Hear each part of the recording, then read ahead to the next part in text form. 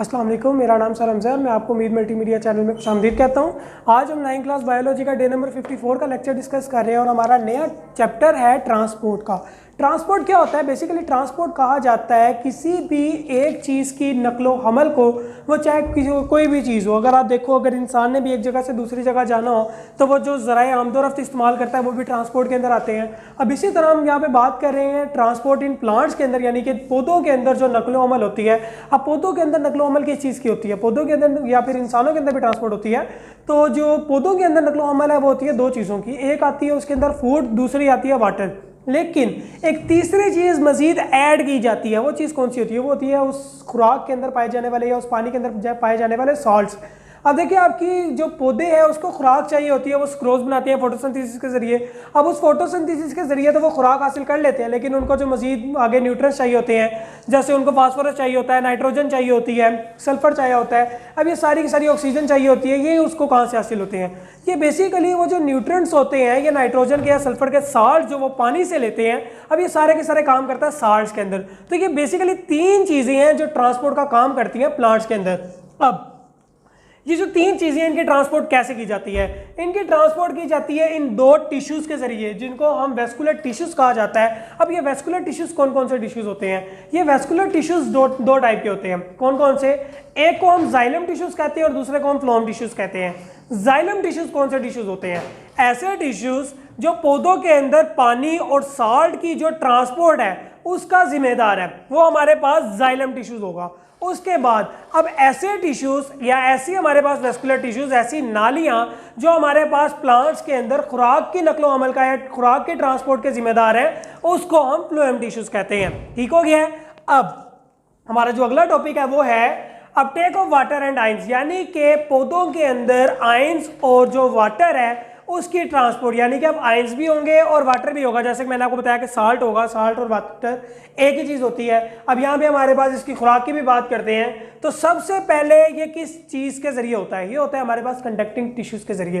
Conducting tissues कौन से होते हैं? बेसिकली पौधों में नालियाँ पाई जाती हैं जिनके ज़रिए उनमें से पानी ट्रांसपोर्ट होता है और खुराक ट्रांसपोर्ट होती है या साल्ट ट्रांसपोर्ट होता है। वो जो नालियाँ होती हैं ना, वो एक स्पेशल किस्म के टिश्यूज से मिलकर बनती हैं। उन टिश्यूज का क्या नाम है? इन टिश्यूज का नाम है कंडक्टिंग टिश्यूज। और ये कौन से होते हैं? ये दो टाइप पर मुश्तमिल होते हैं, एक जाइलम और दूसरा फ्लोएम। जाइलम नालियाँ और फ्लोएम नालियाँ ये आप पहले भी पढ़ चुके हुए हो। उसके बाद अब होता क्या है, जो ये पूरे के पूरे एक प्रोसेस के नतीजे में निकलते हैं, उस प्रोसेस को क्या कहा जाता है? उसको कहते हैं पेरिसाइकिल। पेरिसाइकिल क्या होती है? बेसिकली ये एक लेयर होती है जो आपके उस कंडक्टिंग टिश्यू यानी कि जाइलम और फ्लोएम के जो टिश्यूज की नालियां हैं उनकी बहुत ज्यादा आउटर साइड में होती है। बेसिकली अगर बात करूं मैं, तो जो आपका कवर है जाइलम टिश्यूज का या फिर फ्लोएम टिश्यूज का, जो आपके पास जाइलम नाली है या फिर फ्लोएम नाली है, और जो दो पाइप्स हैं बेसिकली जो खुराक की और पानी की ट्रांसपोर्टेशन का जिम्मेदार है, उनकी जोन सी ये टोटली आउटर मोस्ट पार्ट है, उसको पेरिसाइकिल कहा जाते हैं। उसके बाद बात आती है एंडोडर्मिस की। एंडोडर्मिस क्या होती है? एंडोडर्मिस हमारे पास फिर एक लेयर होती है, एक ऐसी लेयर होती है जो हमारे पास पेरिसाइकिल के बाहर होती है। ये आउटर मोस्ट लेयर है जो पेरिसाइकिल के बाद होती है, उसको एंडोडर्मिस कहते हैं। ये एक सिंगल लेयर होती है, सिंगल सेल लेयर होती है, बहुत ज्यादा बारीक होती है। ठीक है? उसके बाद बात करते हैं कोर्टेक्स की। तो कोर्टेक्स हमारे पास क्या होता है? कोर्टेक्स बेसिकली एक वसी एरिया होता है। अगर आप किसी भी पौधे के तने को पकड़ के उसको बीच में से तराशो तो आपको जो सबसे ज्यादा एरिया नजर आएगा उसकी जाइलम और फ्लोएम टिश्यूज के इर्द गिर्द, वो सारा का सारा हिस्सा इसका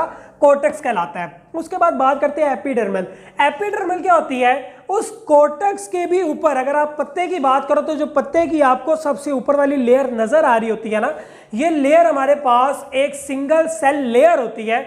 इस लेयर को एपिडर्मस लेयर कहते हैं। अब वो चूंकि आउटर मोस्ट लेयर होती है, इस वजह से उसको एपिडर्मस लेयर कहते हैं। अगर आप किसी भी स्टेम की बात करो, किसी भी प्लांट के स्टेम की बात करो, तो वो जो कोर्टेक्स के बाहर का हिस्सा होगा, मतलब जो हिस्सा उसको माहौल से मुताबिकत पैदा करने के लिए जरूरी होगा, या फिर आप ये कह सकते हो कि प्लांट का वो हिस्सा जिसके अंदर स्टोमेटास पाए जाते हो, उनको एपिडर्मल कहा जाता है। ये भी हमारे पास एक सिंगल सेल लेयर पर मुश्तमिल होती है।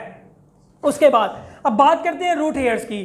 अब हमने पत्ते की भी बात कर ली, हमने स्टेम की भी बात कर ली, अब बात आती है उसके रूट्स की। जो जड़ें होती है ना, जड़ें प्लांट की एक ऐसी चीज है जो माहौल से डायरेक्ट मुताबिकत रखती है।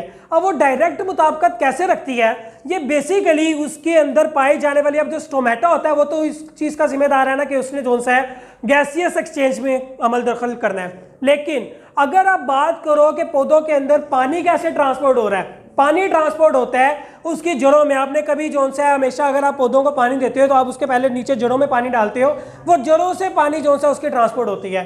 अब जड़ों से पानी कैसे अब्जॉर्ब होता है, जड़ों से पानी अब्जॉर्ब होता है उसकी जड़ों के गिर्द पाए जाने वाले रूट हेयर्स का। रूट हेयर्स का बेसिकली मकसद क्या होता है, रूट हेयर्स का मकसद होता है जो आपके रूट का एरिया है ना उसको ज्यादा बढ़ा देना। जैसे जैसे उसका एरिया बढ़ेगा उसके अंदर जो पानी की अब्जॉर्प्शन है वो ज्यादा होगी।